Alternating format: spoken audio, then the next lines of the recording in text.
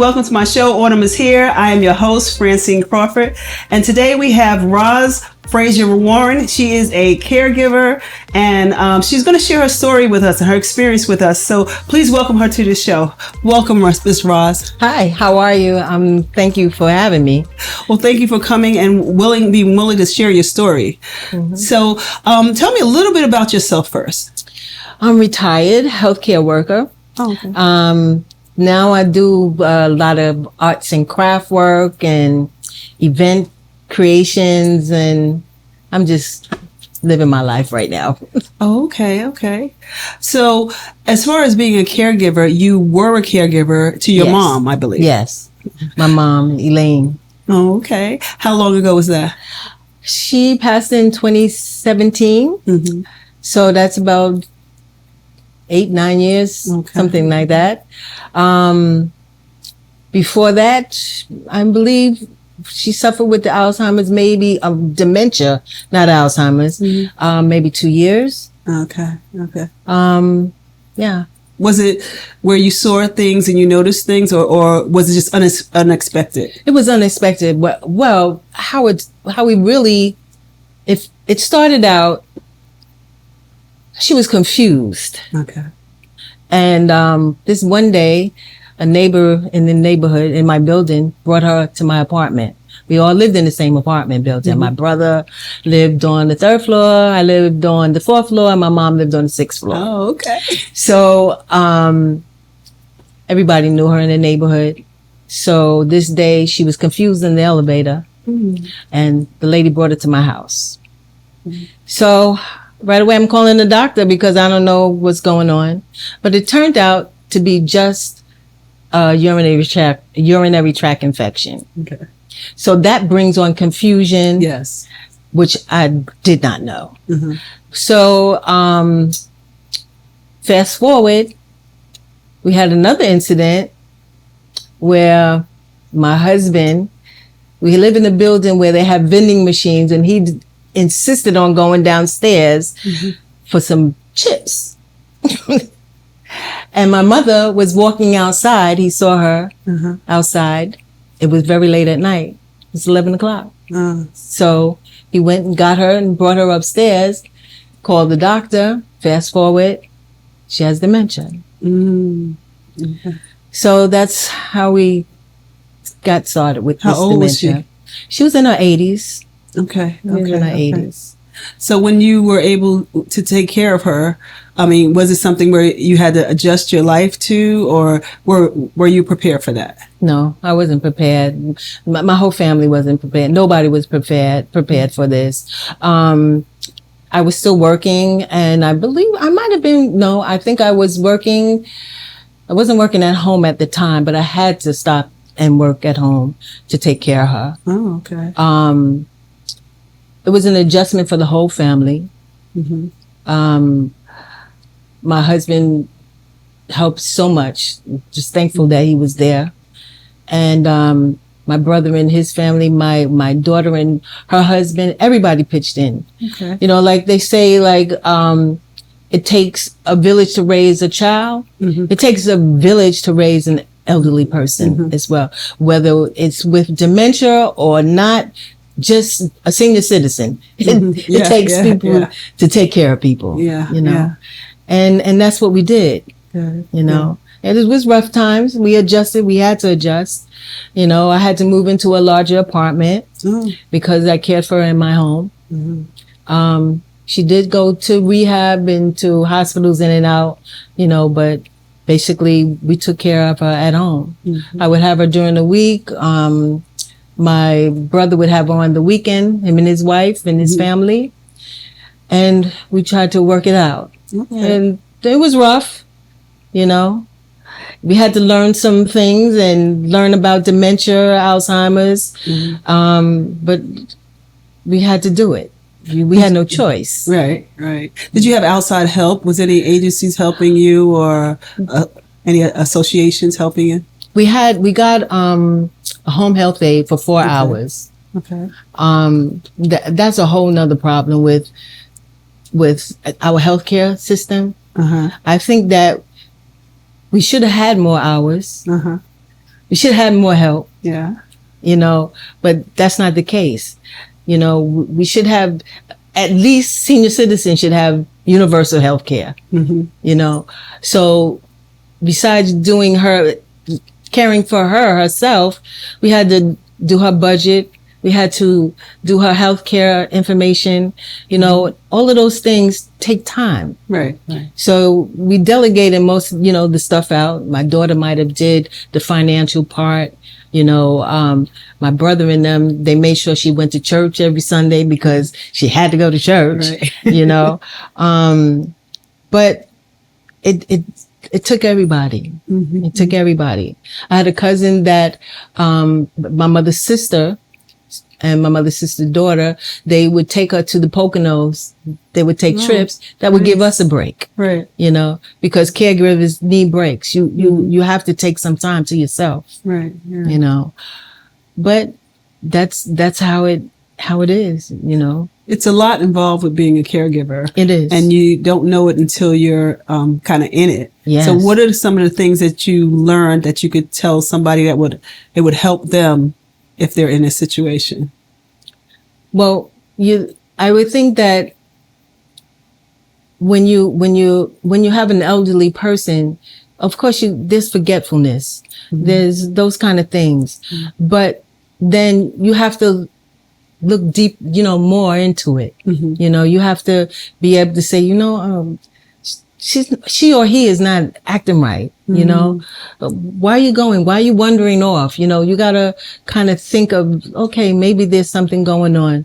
So then you have a conversation with your doctor, mm-hmm. because sometimes they'll push it off to say, oh no, it's just old age. You gotta advocate for your loved one. You have to do that. Right. I follow this young lady, I believe on Instagram. Her name is Jessica, mm-hmm. and she is an Instagram caregiver career collide.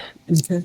So the caregiving, mm-hmm. and the career collides with taking care of an elder. So mm-hmm. I followed her and I learned so much, but I mm-hmm. learned it too late. Too late, yeah.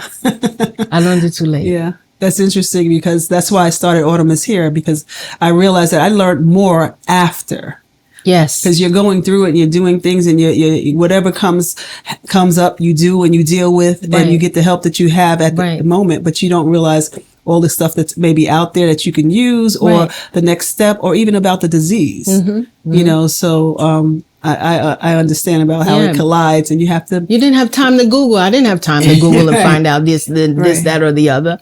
Didn't have time, and again, like I said, I've learned a lot now, and you have to do your research. Mm-hmm. You have to do your research, and you have to be able to say to a doctor, I don't think that's right, or can we do something else different? Mm-hmm. Who knew I could say that? Yeah, mm-hmm. you can. Yeah. You have to advocate. You have to advocate. You have to speak up. Yeah, some people are intimidated by doctors, or they just trust them and they just mm-hmm. go, especially when you're older, you go to the same doctor. Right. Sometimes they feel like they just trust the doctor and they go right along with it, but you have to speak up. Yeah. So how was your mother before she got Alzheimer's? She's a very active person, always taking a trip, always going somewhere. Uh-huh. Very strong-willed, short, frail lady.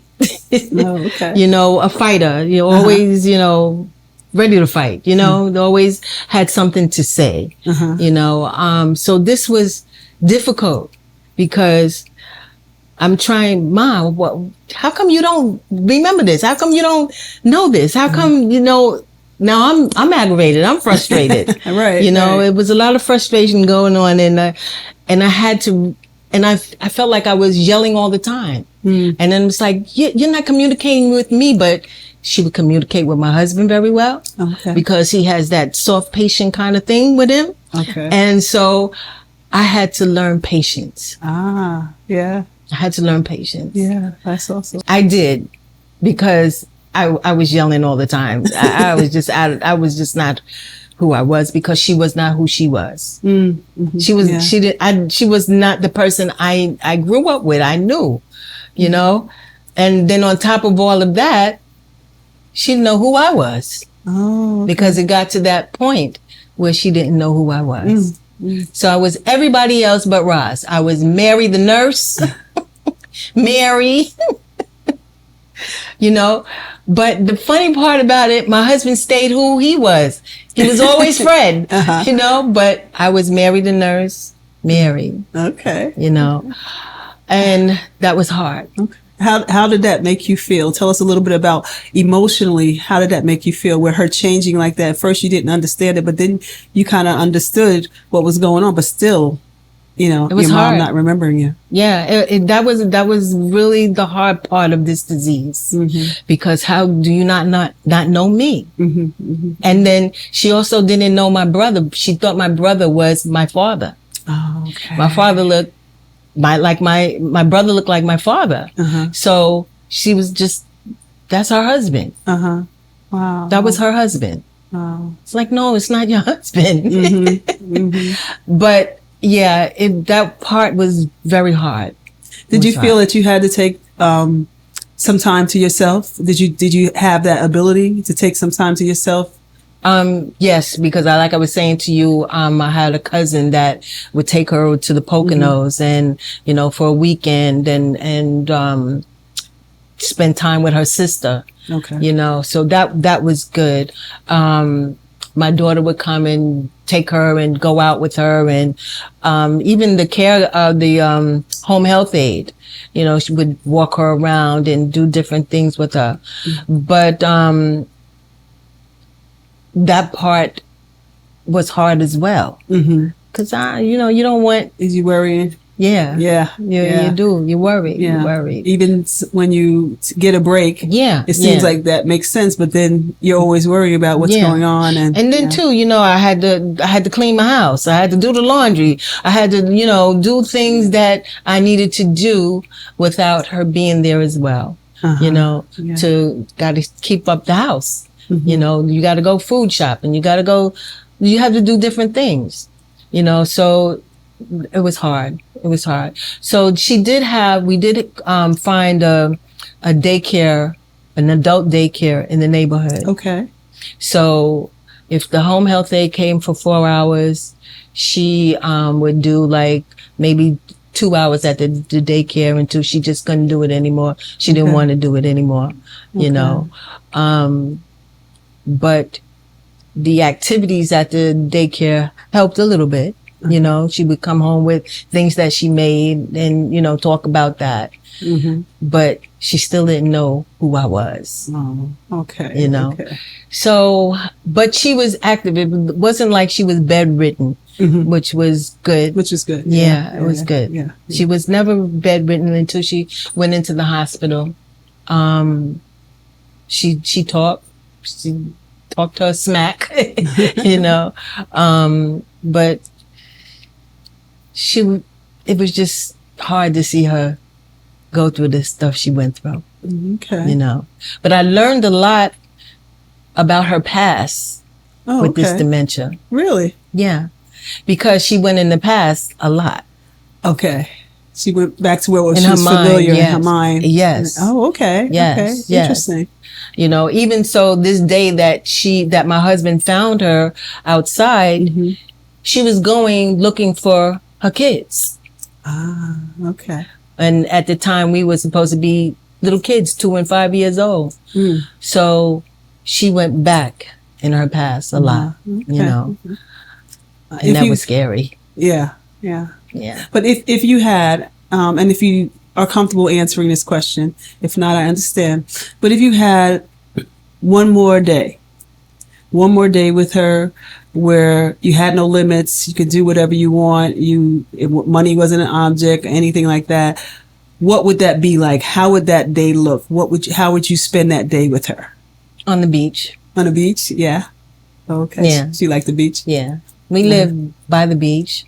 Oh, okay. We live in Far Rockaway, Queens. Oh, okay. And the beach, the boardwalk, she would enjoy that. And just sitting outside, you know, sometimes not even talking. I think I would like that. Yeah. You know. Oh, okay. But what would you tell somebody else that may be going through something with someone that has dementia? Advice. I would say ask for help. Okay. Ask for help. You need help. Yeah. You can't do this by yourself. Mm-hmm. You know, I'm thankful for my daughter and her husband, my brother and his wife and their kids. You know, I'm thankful for that. Mm-hmm. You know. Yeah. Was there any particular government agency or anything that helped you? That was another problem because my mom worked all her life. Mm-hmm. And when it come to getting the health care that you need, if she had Medicaid, it would have been great. Mm-hmm. We had to pay into Medicaid to get all of the benefits. Yeah, the benefits. And, so as a caregiver, you have to deal with that part too. Right. You know, and then you're on the phone and it's frustrating with them as well, you know, and you're trying to say, well, she don't have any money. Mm-hmm. You know, there's no bank account with thousands and thousands of dollars in it. It's not there, you know? So, we went through that process and then trying to find a place for her to still have some adult things to do. Right. You know, but yeah, ask for help. Mm-hmm. And even though I didn't have the time to be Googling all over the place, you know, have somebody else do it for you. You know, that's what I would say to them. Okay. Mm-hmm. Well, it's good. If they're, you know, people don't realize that, people don't understand what they're going through. Right. So you may be going through it and your friends are seeing you, but they don't really understand the depths. So some of us, we're silent with it or we don't expose it enough. So that's a good thing to do, to talk to people, let people know that you need the help and it's okay to ask for help. Yeah, it is. It really is. Yeah. You know, and dementia and the Alzheimer's has so many different stages. You know, you don't know, okay, yeah, she's not aware at this point in time, you know, and then sometimes she is. And, you know, then what stage is that? And what am I supposed, there's something called sundown.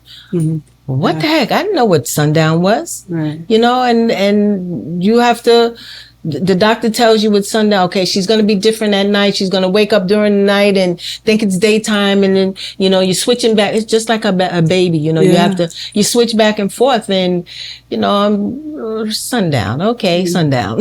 You learn as you go along. You learn as you go along, you know, and again, you got to ask for help. You got to ask for help, you know.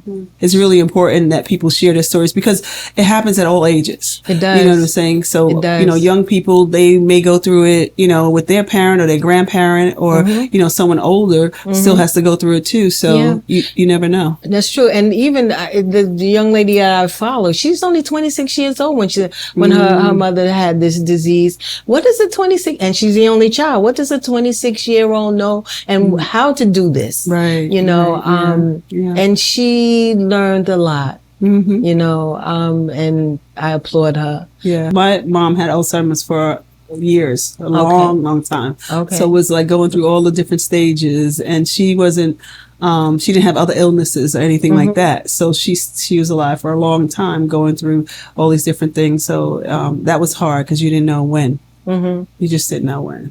Yeah, because like my mom, and she might have had this dementia for a long period of time, but we just didn't notice it, you know? Yeah, she's a little forgetful, you know? Right. We all do that, you know? At some point in time, when you get older, you just forget, right? You know? Right. The TV is louder and you know, you go through different things, but I never thought it would be that. Right. You know. Right. It's just unexpected. Yeah. It is. Yeah. It is. You know, but I'm glad that we had this conversation because I feel like I've moved on to another chapter. That's good. You know, with this because sometimes I don't want to think about it. And then sometimes I'm like, okay, I miss my mama. I just hear her laughing or something. I see her sitting on the side of the bed and she's just sitting there on the side of the bed and, then I pass by the room or something and she's at least there. Right. She's there. Wow. Yeah. But that's great. No. Yeah. Sometimes it's good to just share. Just share. Yeah. You know? That's true. Yeah. It doesn't only help the other person, it helps you too. Yeah. So it's great. Yeah. Cause I noticed my family doesn't really talk about it, because everybody gets so weepy and, it's just, really, we don't really talk about it. Wow. And that shouldn't be. That I'm sitting here talking to you. I'm like, we should talk about it. Talk about it. Y'all should do that. Get together one day and just have a meal, break bread with her favorite stuff, and talk about it and enjoy. It's true. It's true. Well, thank you so much for sharing your story and reaching out, and I'm sure it'll help somebody else. A lot of people are going through, and sometimes they get frustrated and they think that they're alone, and it's good to let people know that other people have gone through it and have made it through it and was able to help their loved one, and there's life after caregiving. Yeah, it also. is. It is. But thank you so much, Ms. Roz. I appreciate you being here. Thank you for having me. Thank you. Hi, I'm Francine from Autumn is Here. Please follow us on all social media platforms. You can watch us on YouTube, or you can listen to wherever you listen to your podcasts. Please like, comment, and subscribe. Thank you.